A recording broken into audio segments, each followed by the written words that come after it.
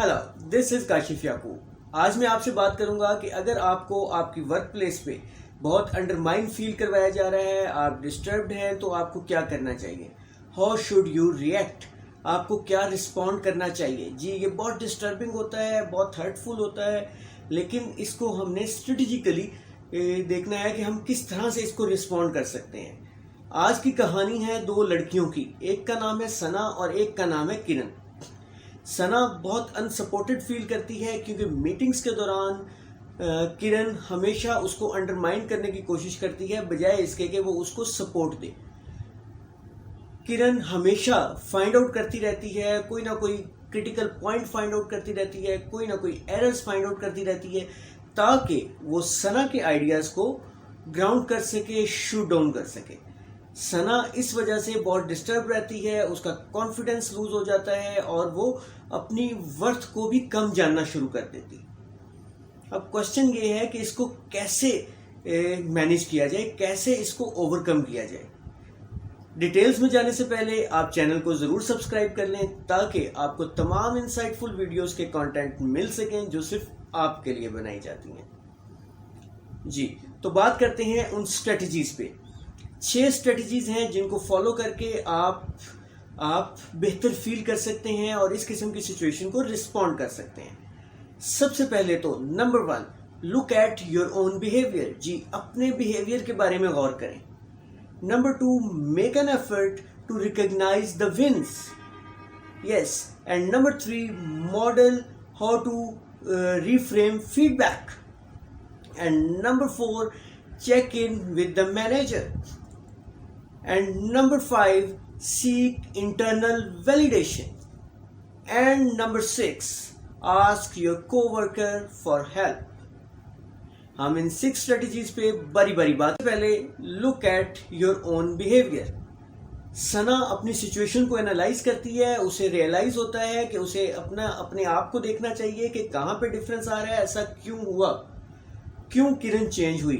तो वो देखती है कि उसने एक फीडबैक भी शेयर किया था उसके साथ, तो वो अपने आप से क्वेश्चंस पूछती है कि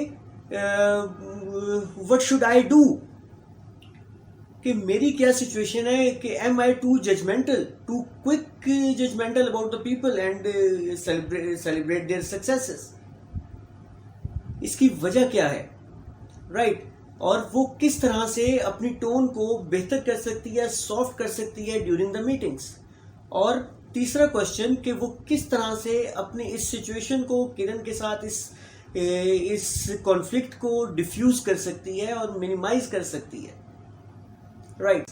second is make an effort to recognise the wins. देखिए, एनी मैकी एक ऑथर हैं how to be happy at work की, जो अपना एनालिसिस देती हैं कि ह्यूमन बीइंग्स की नेचर है कि वो चाहते हैं कि उनकी एफर्ट्स को रिकॉग्नाइज किया जाए।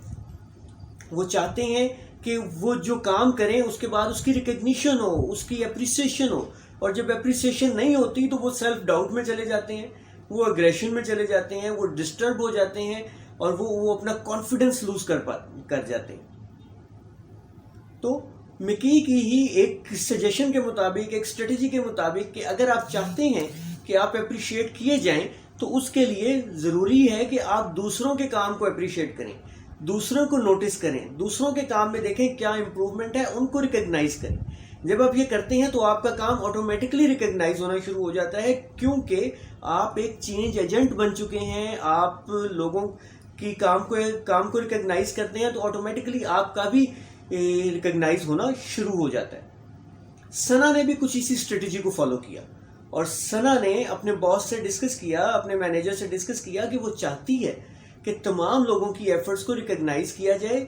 हम जब कोई सिग्निफिकेंटली डिफरेंट काम करे, अच्छा काम करे, तो हम कुछ देर के लिए रुकें, उसके लिए क्लैप करें, उसको अप्रिशिएट करें। और इस काम का आगाज वो खुद से करती है और वो अपनी उस कॉलीग से बात करती है, उसको रिकॉग्नाइज करती है, उसकी एफर्ट्स पे, उसकी स्किल्स पे, उसकी स्ट्रेंथ्स पे उसको अप्रिशिएट करती है। और ना सिर्फ पब्लिकली करती है बल्कि प्राइवेटली भी उसको रिकॉग्नाइज करती है। Number 3, model how to reframe feedback. देखिए, अगर आपके ऑफिस में भी कोई ऐसा कॉलीग है जो बहुत नेगेटिव फीडबैक देता है, बहुत ओपनली फीडबैक देता है, जिसकी वजह से लोग डिस्टर्ब हो जाते हैं, तो आप उसे एमी गैलो की स्ट्रेटेजी ज़रूर बताएं जो एंड और बट वाली है। देखिए, एमी गैलो ने एक ऑथर हैं जिन्होंने वो बुक लिखी है how to work with different people even with difficult people, right. तो फॉर एग्जांपल कि अगर आपने किसी प्रोजेक्ट पे फीडबैक शेयर करना है और वो फीडबैक उसकी टाइमलाइन पे है जो कि बहुत एग्रेसिव टाइमलाइन है, तो आप वो एंड और बट यूज करके किस तरह से कर सकते हैं। The project timeline is risky and may miss the original deadline, but is to be focused. If we build the proper contingencies, we should still be on the target to accomplish our goals. तो आपने देखा कि and और but के use की वजह से किस तरह से पूरी सिचुएशन मैनेज हो गई और आपने फीडबैक भी दे दिया और आपने एक होप भी क्रिएट कर दी। Yes, number 4 is check in with your boss, with your manager. जी, सना की नेक्स्ट स्ट्रेटेजी ये थी कि उसने अपने बॉस का पर्सपेक्टिव जानने की कोशिश की, क्योंकि वो चाहती थी कि उसकी तो इमोशनल इन्वॉल्वमेंट है इस केस में, इस सिचुएशन में। वो चाहती थी कि ऐसे बंदे से पर्सपेक्टिव मालूम किया जाए जो कि जिसकी इमोशनल अटैचमेंट नहीं है, who is less emotionally attached to the situation. तो उसने उसका पर्सपेक्टिव जानने की कोशिश की। दूसरा मकसद ये था कि उसको ये पर्सपेक्टिव भी मिले कि क्या जो वो सोच रही है वो वैलिडेट भी हो जाए, क्या वो उसका बॉस भी वही सोच रहा है, उससे एग्री करता है, और उसकी अपनी जो स्ट्रेंथ्स हैं और जो उसकी ग्रोथ अपॉर्चुनिटीज हैं उसके बारे में उसके बॉस का क्या पॉइंट ऑफ व्यू है, राइट। तो इस तरह की स्ट्रेटेजी, इस तरह की check in with your manager बहुत हेल्पफुल होती है, क्योंकि जब आप इस सिचुएशन को फेस कर रहे हो कि आपका कोई कॉलीग आपके लिए अनसपोर्टेड है, आपको अंडरमाइन कर रहा है, आपको अप्रिशिएट नहीं कर रहा, आपको डिस्टर्ब कर रहा है, तो आपको वैलिडेशन हो जाती है, आपको पर्सपेक्टिव मालूम हो जाता है कि आपके बॉस का क्या है, तो आप कॉन्फिडेंस गेन करते हैं। Number 5, seek internal validation. देखिए, जब हम क्रिटिसाइज किए जाते हैं तो हम इनसिक्योर फील करते हैं, हम डिफेंसिव हो जाते हैं और इसी वजह से हमारी ग्रोथ भी रुक जाती। हमें तब वैलिडेशन चाहिए होती है दूसरे लोगों से अपने बारे में, ताकि आप अपनी ग्रोथ को एनालाइज कर सकें। लेकिन जब आप बहुत ज़्यादा इस पर रिलाय भी करते हैं तो भी वो ख़तरनाक होता है, तो भी वो डिस्टर्बिंग हो जाता है। तो ऐसी सूरत में क्या किया जाए? ऐसी सूरत में बेहतर ये होता है कि आप इंट्रिंसिक मोटिवेशन डेवलप करें। यस, अपने आप में इंट्रिंसिक मोटिवेशन डेवलप करें, जो आप मुख्तलिफ तरीकों से कर सकते हैं। जैसे कि आप कर सकते हैं by learning new skills, by participating in conferences, right, by helping others voluntarily, right, by taking stretch goals। तो इस तरह मुख्तलिफ तरीकों से आप अपनी इंट्रिंसिक मोटिवेशन डेवलप कर सकते हैं ताकि आप मोटिवेटेड रहें उस सारी सिचुएशन में भी। Number 6 and final, ask your coworker for the help. Sana ने अपने आप को भी एनालाइज कर लिया, दूसरों का पर्सपेक्टिव भी ले लिया, बाकी सिचुएशंस भी देख ली। अब उसने फाइनली ये डिसाइड किया कि अब वो उस कोवर्कर से, किरण से खुद बात करेगी। उसको पता था कि किरण क्रिटिकल एनालिसिस में बहुत एक्सपर्ट है, वो उन चैलेंजेस को बड़ा अच्छा फेस कर पाती है। तो सना एक प्रोजेक्ट पे काम कर रही थी जिसमें उसको कुछ ऐसे ही चैलेंजेस फेस करने पड़ रहे थे।